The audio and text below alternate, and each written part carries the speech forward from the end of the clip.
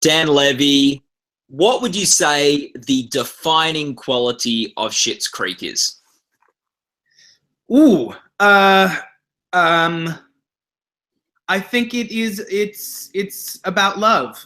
It's a show about love, and I think that is sort of what the backbone of the show is all about. Yeah. Whose love for who? I'm sorry? Who? What? Can you explain that love further? Yeah, of course. Yeah, I mean, ultimately, I think at the root of the show, it is a story about love. It is a family that has spent the majority of their life living an extremely privileged life, living a life of luxury, and money has been able to solve a lot of their problems. And as a result, they have not been very close. And the circumstance bringing them all together into this small town has, in a way, brought them closer and made them realize what love is. Love is not necessarily tied to money. Love is not necessarily tied to materialism. You can't buy love. True love is a real, authentic, organic feeling that comes from intimacy. And these people had never had that kind of familial intimacy before. So for us, season after season, we're peeling back the layers of who these people are and exposing them to what genuine love can feel like.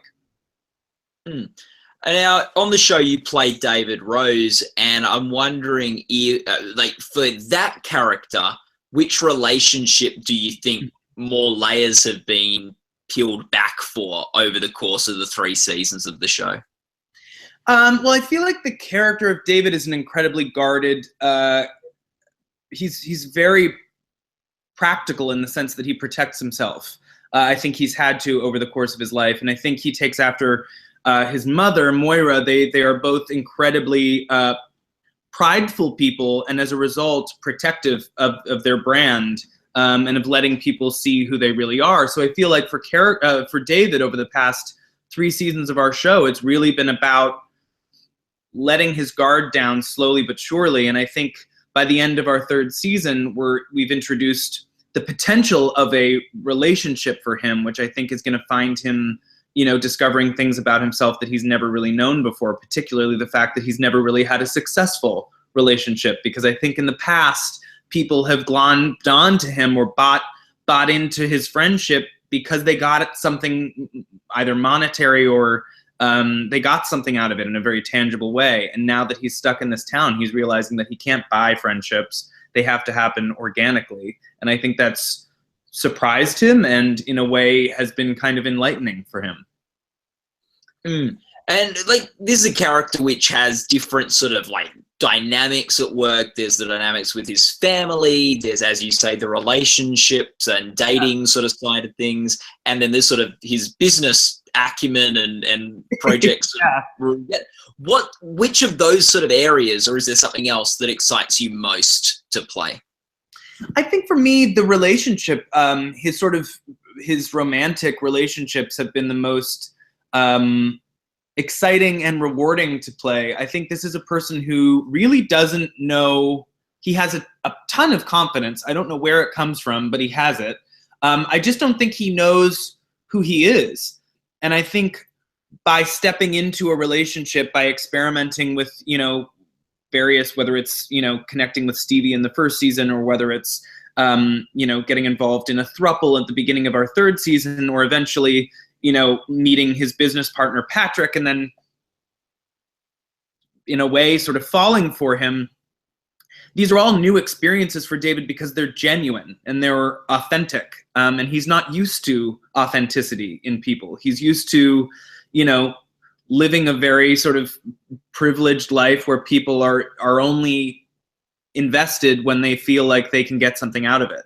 So this is very new for him. And I also think, considering how troubled his past relationships have been, he's entering all of these relationships with an element of skepticism. So it's really nice to be able to show David that sometimes things can work out, and that sometimes life can be nice. You can have these sort of windows of very genuine joy and pleasure, and it's a fun thing to play because he's just so jaded to everything. So when you can sort of open his eyes to people and places and things that are genuinely exciting. It's you're exposing this to a person who's never really known pure happiness before, which is sort of dark and sad. You touched on sort of two elements of his personality there. He is supreme confidence, but also he is sort of supreme skepticism and sort of cynicism. Are they things that come easy to you and you draw on a lot from yourself, or are they very different from you? I mean, playing David to me has been has almost helped me as a person, because I think the level of confidence with which he carries himself, and even just in what he chooses to wear on the day-to-day, sort of this unabashed flair for very dramatic clothing, and being incredibly uncompromising when it comes to who he is, and just you're either going to accept him or you're not, has been pretty freeing for me as a person, because that's not who I am. I'm way more insecure outwardly than I think David is. So to be able to sort of step into his shoes and for 3 months a year be this person who really, it's a take it or leave it kind of situation, has really informed me in a constructive way. I feel like I've become a more confident person through him. You're also a showrunner and writer of the show. What, like, when you're writing it, when you're sort of constructing it, what are you like looking for when you are writing the show? I think season after season, I'm always aware of our actors first and foremost, and the storytelling. I think those are the two most important things for me. Challenging our actors, making sure that our actors have something fun and exciting and new to come back to season after season, and at the same time, making sure that the stories we're telling are grounded, that they're real, that they're, revealing sides to our characters and to, the show that audiences have never seen before. And I'm really proud of what we've done over the past 3 seasons. I feel like we've continued to sort of deepen and enrich the show, and we're in the middle of shooting our 4th season right now up in Toronto, and I feel like it's really taken everything that we've established in season 3 and just ran with it even farther. So I'm thrilled. I mean, I'm really happy, and I'm so proud of our cast. I think they've done such a tremendous job, and we're just a little show, but it's nice to be here talking with you, in this context. And a lot of you, like quite a few members of your cast, have quite extensive experience with improv. Does that play a role in the construction of the show at all, or is it more sticking? It's interesting, because a lot of people feel like or think that the show is highly improv, and it's really not. I would say the scripts are really the foundation of every episode, and then I would say there's about 10% improv, and that really comes on the floor. Like when we start workshopping the scenes, we will always allow for room for improv, but for the majority of every episode, it's scripted. It's in there. Do any of the actors find that difficult? No, I mean, I think it's funny, because Catherine and my dad, not to speak on their behalf, but I mean, my dad has sort of been quite outspoken about the fact that he feels great anxiety about improv. He would much rather just have something to say. So our goal as writers is to sort of, in a way, eliminate the improv, but make it seem like it's still there, which is a challenge. And, I think it's almost inescapable when you're dealing with Catherine O'Hara and my dad working together. You will always get spontaneity in the performance and a level of improv. But for us, the challenge is to see how much of our script can actually make it on air. And you've been nominated 4 awards for the Canadian Screen Actors. I'm getting my letters mixed up. The Canadian There's Screen 1,000 award shows at this point. I think it's the Canadian Screen Awards is what you're. The Canadian Screen Awards. Yeah. You've won comedy series there and writing there. How much does that mean for a show to just get award recognition? I mean, we never expected any kind of award recognition. I don't think you can. I think if you're, you know, if you're really invested in the show you're making, awards, as great as they are really sort of afterthoughts to the show. You should be focused on the show and what you're doing. And for us, you know, it takes up 13 months of my year, this show, which is why I am perpetually surprised by the fact that we continue to be recognized in various sort of facets of the award world. It's amazing. Listen, I'm not going to say it's not a great feeling. I think for us, for a very small show like Schitt's Creek, award recognition and even being considered for awards is a way to add viewership. It's a way to sort of add or build on, you know, audience recognition and getting the show out there. And, you know, awards can really help small shows break out in a larger way. So, you know, it's anything to get eyes on the show. What's been your favorite moment on the series from the past three years? I think it's to me, it's a collective of moments. I think, you know, we started out making a comedy that was very much rooted in tragedy. And for us, we never wanted to lose sight of the fact that there was some inherent drama to the show. And I think that's why we've never been fearful of touching upon slightly more emotional moments. And for me, the most rewarding experience of all of this is just watching our cast navigate these seasons, because we're throwing a lot at them. Comedy is not easy. It's a very hard thing to do. It's much harder to make people laugh than it is to make people cry. So to watch our cast sort of embrace this show and really slip into their characters almost from the pilot episode, and, you know, season after season, they're thrown not only comedy, but they're thrown drama, and they've been able to execute it so flawlessly and authentically. I mean, as sort of the co-creator of this whole beast, I'm continually amazed by the work that our actors are doing on the show, and very, very proud of them all. What's the hardest thing you've had to do in the series? I think the hardest thing would be breaking the seasons. I think there is making sure that your characters are serving your story just as much as your story is serving your characters. That's a really hard thing to do, because I think there's an inclination to say, okay, well, it'd just be so much easier if this person did X, Y, or Z. But if it's not rooted in anything real, if it's not helping the story, then we scrap it and we start again and say, okay, what story will service the characters in a way that we learn something new? We can't have our characters acting out of turn for the sake of facilitating, you know, our desire to shoot something on a farm. So the challenge is making sure that your characters continue to grow and that your stories continue to service those characters in ways that don't make the audience feel unsafe. I think that, if that makes any sense. Maybe it doesn't. What comes first, the story or the character? I think the story, because inherently there are characters. The decisions of the story, the decisions that we make when it comes to story, are rooted in, would a character do this or would it not?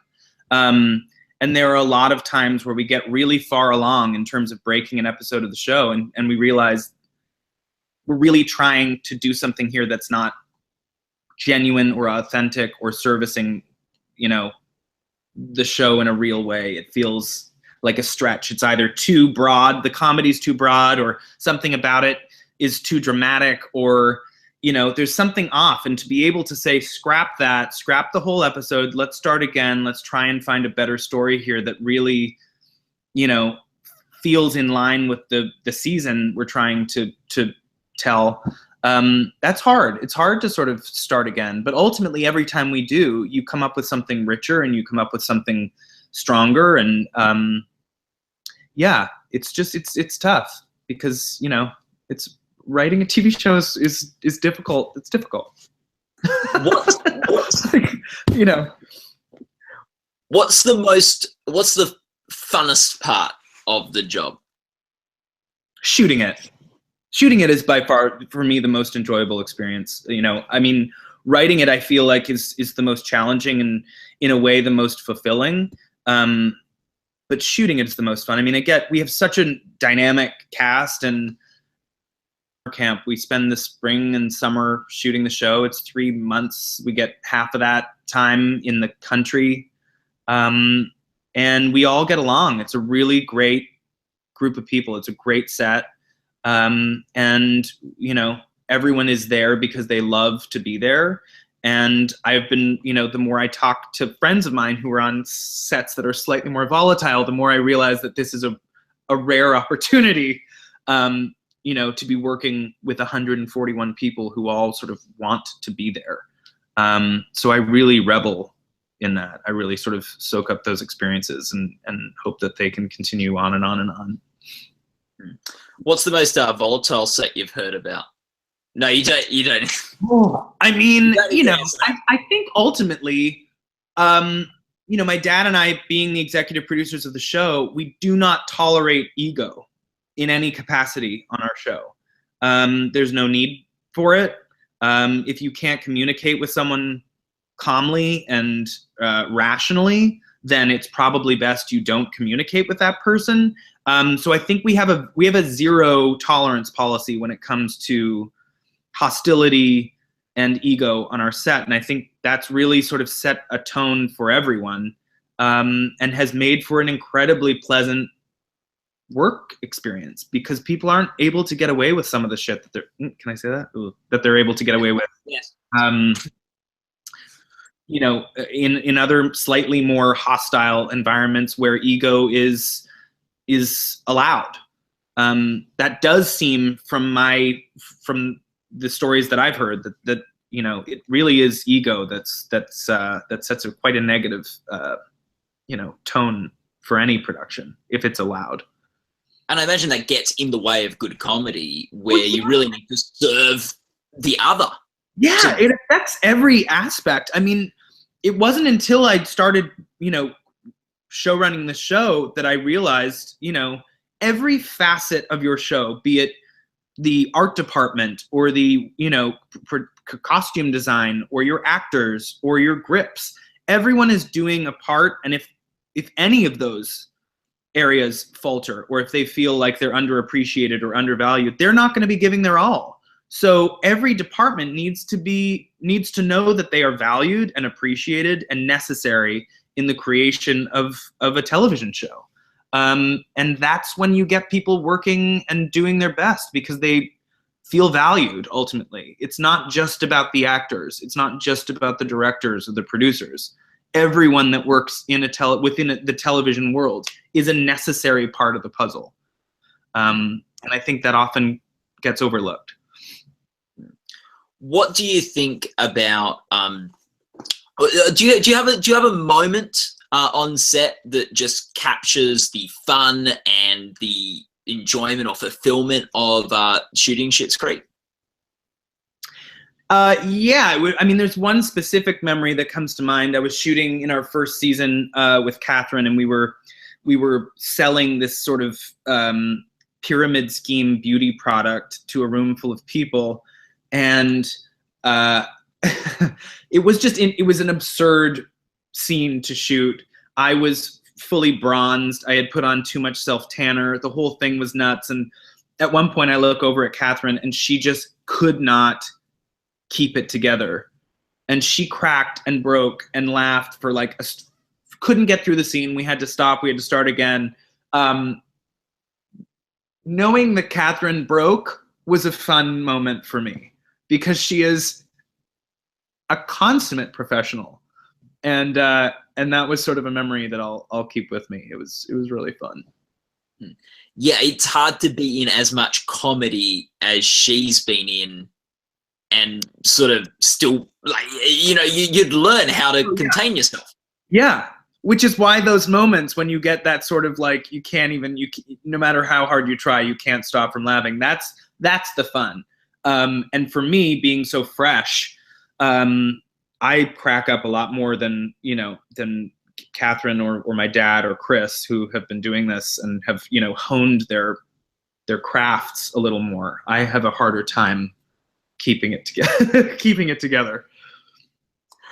We're trying to sort out a time to talk to your dad next week, I think. Right. Do you have a good question to ask him? Oh gosh. I would say I would probably steal one of yours. I would ask, what is the hardest part of the job? Okay. If he says handling me, that's not the answer I'm looking for. Okay.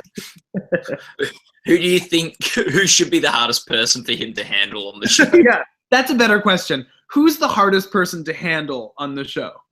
Let's go there. Let's just crack this whole show open. We don't need to come back. Yep. Who do you find the hardest to handle on the show?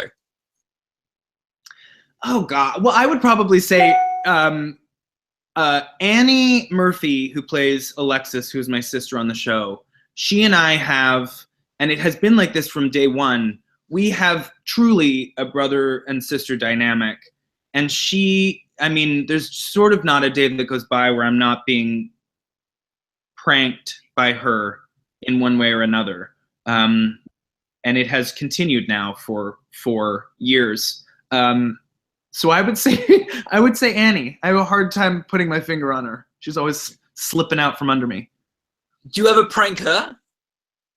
Oh God, yeah. Yo, no. It is like a mutually, we're benefiting mutually from the pranks, and they're getting harder and harder as seasons go on.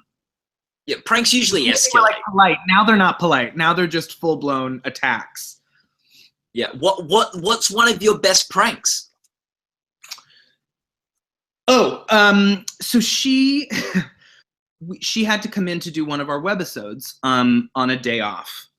And the only thing professionally that she had to do on her day off was get a manicure and come in to do our webisode. And she sort of hummed and hawed and rolled her eyes at it. So the day that she came in to do this, her day off, I sent her a very large edible arrangement with a lovely thank you note inside, just thanking her for her service on this day off. I got a text message of just a picture of the edible arrangement that just said, "You're an asshole." So that's how we work. But it's all, it's all love. What's the best prank you've gotten? What has she done? She has, just general. I think for her, it's more just constant badgering. She'll make fun of me for anything from my Instagram accounts. She sort of, every single post I post on Instagram, she will write some sort of cutting comment that just belittles the entire photo, like just embarrassing me on the daily. I think every single post I've ever posted on Instagram, she has written something snide underneath it, which is now the actual people on Instagram are catching on and will join in the conversation, which is always fun for me. Fantastic. Oh well, I'll be sure to. Can you like comments on Instagram? I don't know. Yeah, you can, and people do. Okay, okay, great.